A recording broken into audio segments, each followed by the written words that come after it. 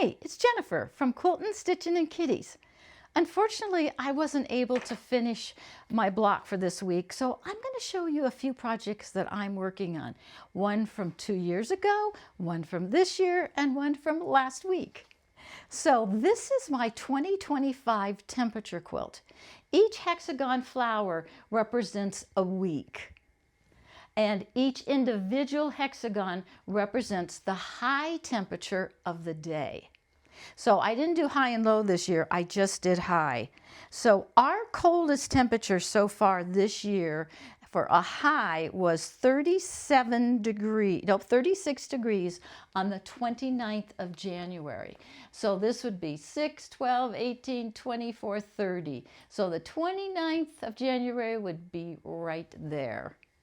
And our high temperature for this year was 100 degrees, and it was on July 9th, right here.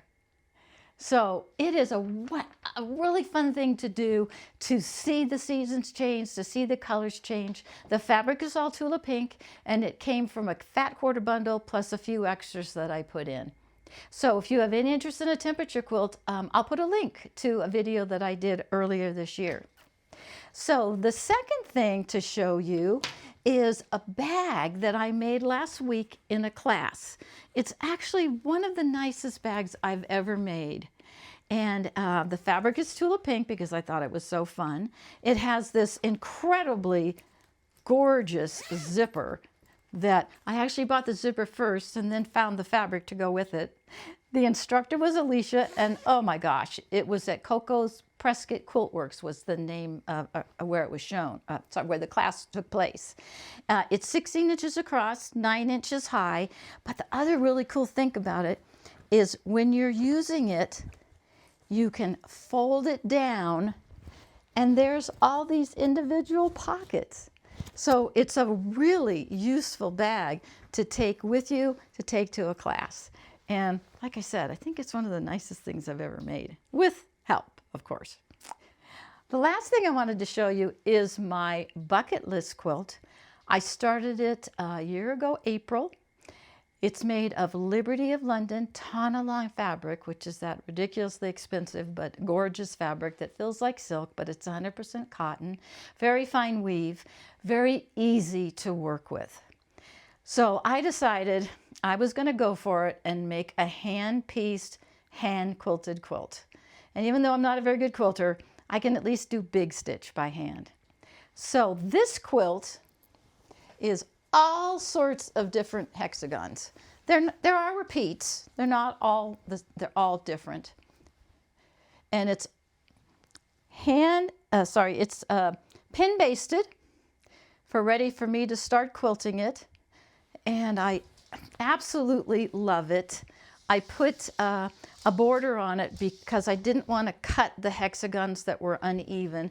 So I appliqued the hexagons onto the border.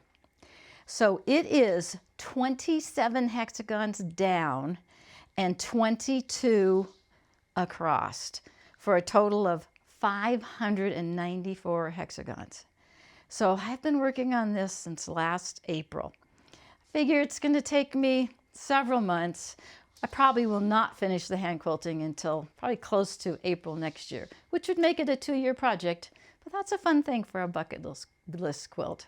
And I put wonderful wool batting inside, so it's going to be really easy to hand stitch.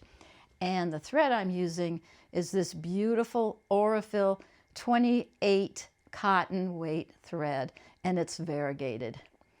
So I figured it would be really fun. And the back is this beautiful, beautiful fabric. So this is like my pride and joy, and I can hardly wait to use it. I'm sure by the time I finish in April, the temperature will be too warm, but I'll be able to use it next year. So if you've ever had a quilt that's a quilt that's on your bucket list, don't hesitate. Start it, because you just never know. So that's it for today. Next week, I will have something new for you. And I hope you're all doing well. Our weather's cooling. I got a sweatshirt on. Feels wonderful. Holidays are coming. Take care of yourself. If you have any questions, any suggestions, any ideas, anything you want to share, just put it in the comments. Good to see you, and I'll see you again real soon.